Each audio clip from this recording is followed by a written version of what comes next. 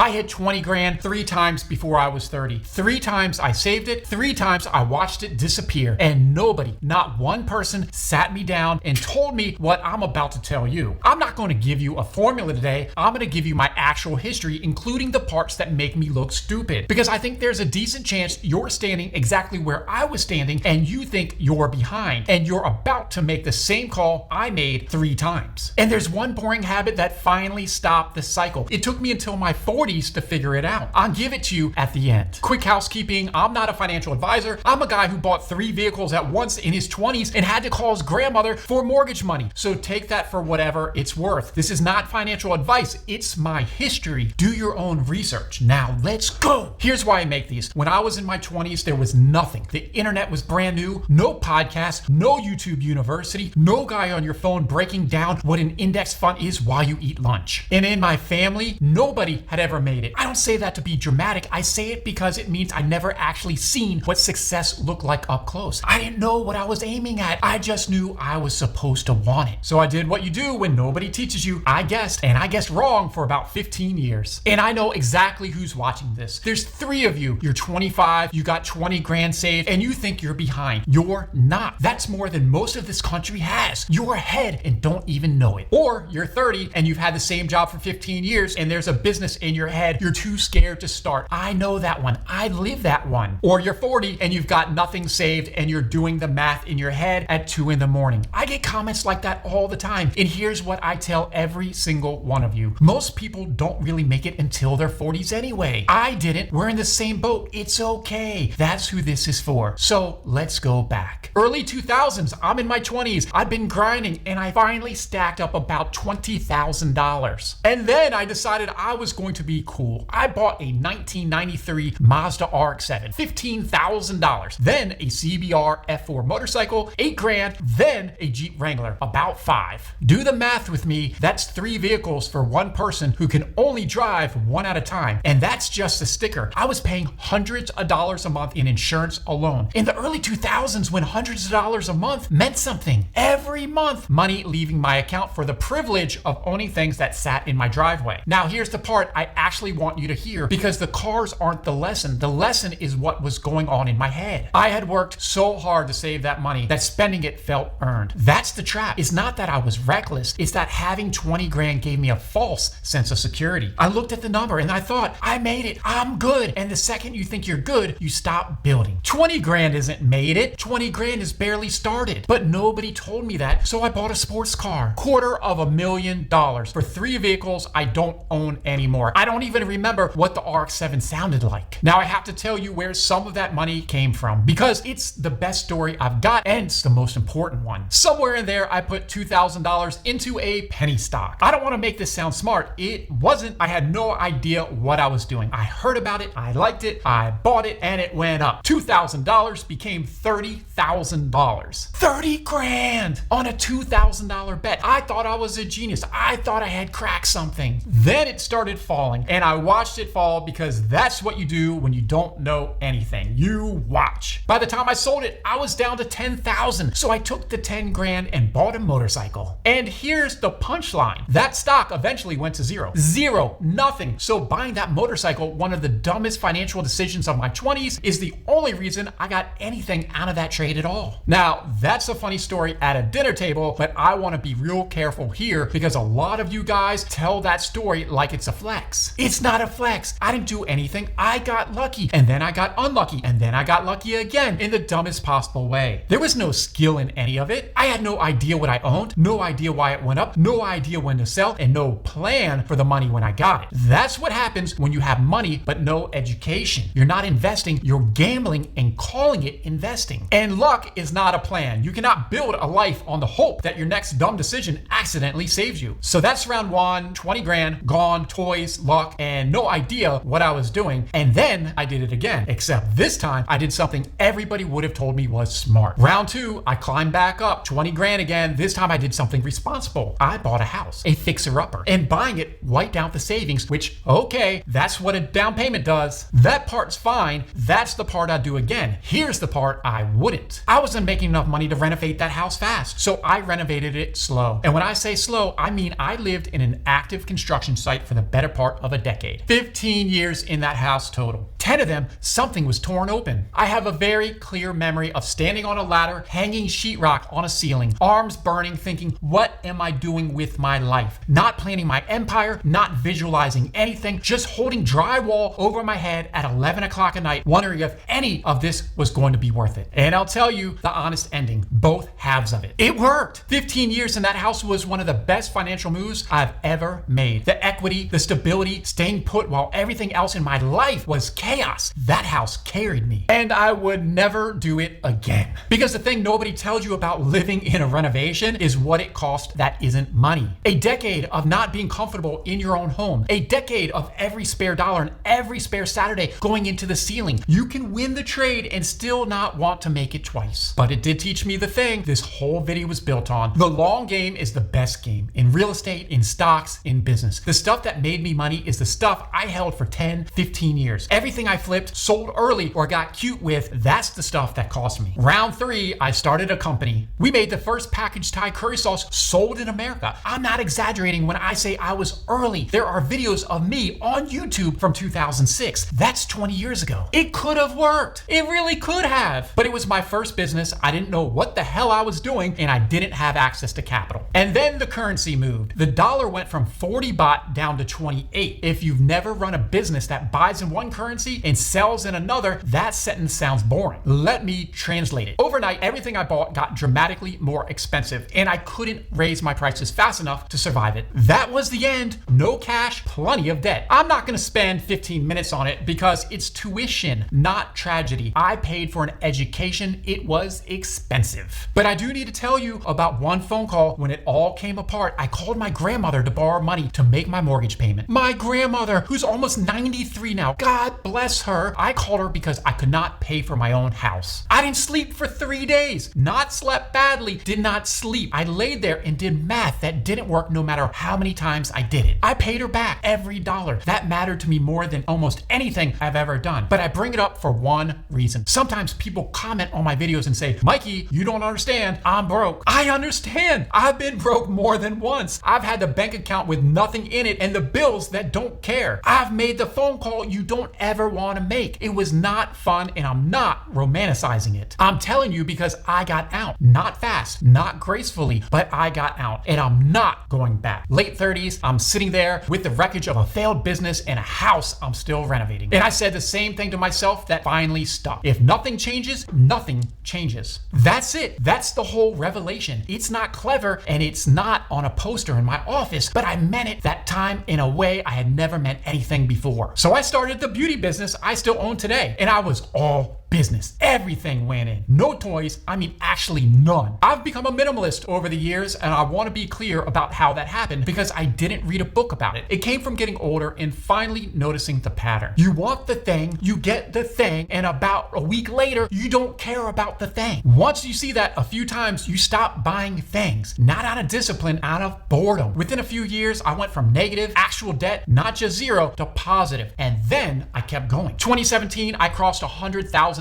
invested. I was 41 years old. Say that number back to yourself if you're sitting there thinking you missed your shot. 41 after 3 failed runs at 20 grand. After a business that died. After borrowing money from my grandmother. And I want to be honest about what that moment actually felt like because everybody expects a scene. There wasn't one. There was no confetti. Nobody called me. I didn't take a screenshot. I just looked up one day and the number had a 1 and 5 zeros in it. And I thought, huh? Okay, that's how it happens. The first 100 grand doesn't arrive. It accumulates while you're busy, which is exactly why so many people quit before it because there's no applause anywhere along the way. In the middle of it feels like nothing is happening. Here's what's actually happening in that stretch. And this is the part I wish somebody had told 25-year-old me. At the beginning, your contributions basically do all the work. The market's doing almost nothing for you. You put in 1,000, you go up 1,000. It feels like saving, not investing, and it all feels pointless. Then somewhere around 6 figures, it flips. The money starts its own weight. You start having having months where the market moves more than you have contributed. And once you feel that, you never want to stop again. But you gotta get there first, and getting there is boring, and boring is what makes people quit. Now, I'm gonna tell you what I did right after I crossed it, and it's complicated. I stopped contributing. 2018, I bought our first investment property, an acre and a half of land. That land has since 5x'd in value. Then another property in 2019, another in 2020, one in 2021, and two more in 2022. So was that a mistake? No. Buying that real estate was one of the best decisions I've made, and I still love real estate. Long-term hold, tax advantage, appreciation control, it's a real wealth builder. The mistake was going to zero in my accounts while I did it, because here's what I learned the hard way. Real estate is not liquid. That money is locked. Unless you want to take on more debt and borrow against the property, you cannot touch it. It's not there when you need it. It's there in 20 years, which is great, but life happens in between. And I've told you what life happening does to me. So I started doubling down on the accounts again, not instead of real estate, alongside it. One of them buys me the long game, and the other one I can actually get to. All right,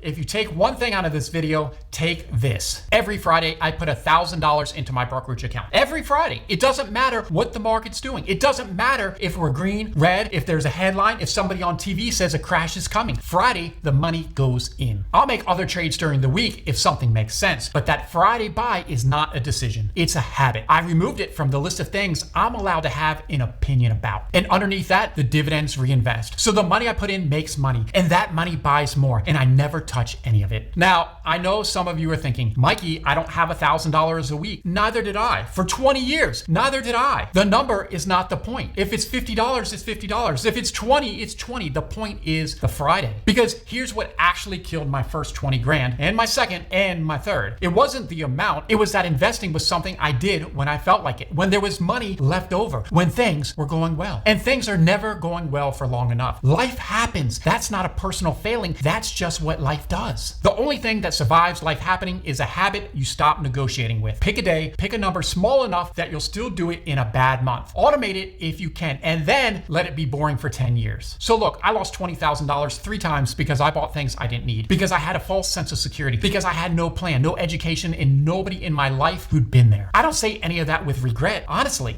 I've had a great life. I've worked way more than the average person, and that's fine. Nobody ever said it was going to be easy, and it wasn't supposed to be. But that's exactly why I make these videos. I mentor people in my industry. I wrote a book, Fearless Beauty, because I thought it might help somebody. And I pour all of this out of this channel with the information I wish somebody had handed me at 25, when I had 20 grand and a really bad idea about what to do with it. If one person watches this and doesn't lose their third 20 grand, if one person picks a Friday and just doesn't stop, then it was worth making. I've been broke many times. I'm not going back. And you don't have to go there at all. If you made it this far, you're my kind of person. Once you get to that first 100,000, the next question is where you actually put it. I broke my entire portfolio down, the exact 3 buckets, the exact funds, the exact split in the video on your screen right now. Go watch that next one, and I'll see you over there.